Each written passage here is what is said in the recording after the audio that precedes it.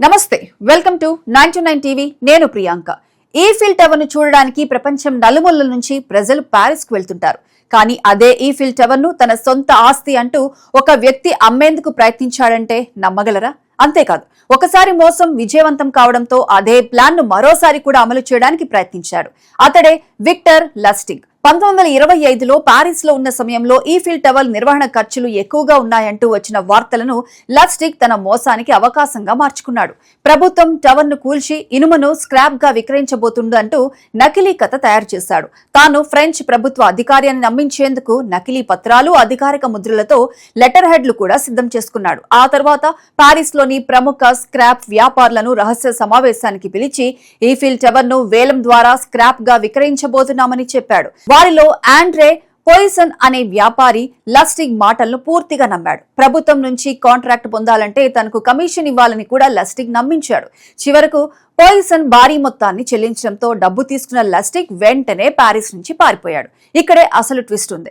మోసం బయటపడిన తర్వాత కూడా పోయిసన్ పోలీసులకు ఫిర్యాదు చేయలేదు. తాను మోసపోయానని, అంతేకాదు లంచం కూడా ఇచ్చానని బయటపడితే తన పరువు పోతుందని అతను భయపడ్డాడని చారిత్రక కథనాలు చెబుతున్నాయి. దీంతో లస్టిగ్ కు తన మోసం సక్సెస్ అయిందనే ధైర్యం వచ్చేసింది. అంతే, ఒకసారి ఇంత పెద్ద మోసం చేయగలిగితే రెండోసారి ఎందుకు చేయకూడదని భావించి మళ్లీ పారిస్ కొచ్చాడు. రెండోసారి కూడా అదే విధంగా స్క్రాప్ వ్యాపారులను సంప్రదించి ఈఫిల్ టవర్ ను అమ్మబోతున్నట్లు చెప్పాడు. కానీ ఈసారి అతడి అదృష్టం కలిసి రాలేదు. కొనుగోలుదారుల్లో అనుమానం మొదలై పోలీసులకు సమాచారం వెళ్లింది. విషయం బయటపడుతోందని గ్రహించిన లస్టిగ్ అక్కడి నుంచి తప్పించుకుని అమెరికాకు పారిపోయాడు. కాబట్టి ఒక ముఖ్యమైన విషయాన్ని స్పష్టంగా చెప్పాలి. ఈఫిల్ టవర్ ను 2 సార్లు నిజంగా అమ్మి 2 సార్లు డబ్బు తీసుకున్నాడని చెప్పడం కరెక్ట్ కాదు. మొదటిసారి మోసం విజయవంతమైంది. రెండోసారి మాత్రం అమ్మక ముందే అతడి ప్లాన్ విఫలమైంది. అయినప్పటికీ ఈఫిల్ టవర్ ను 2 సార్లు అమ్మిన మోసగాడు అనే పేరుతో అతడి కథ చరిత్రలో నిలిచిపోయింది.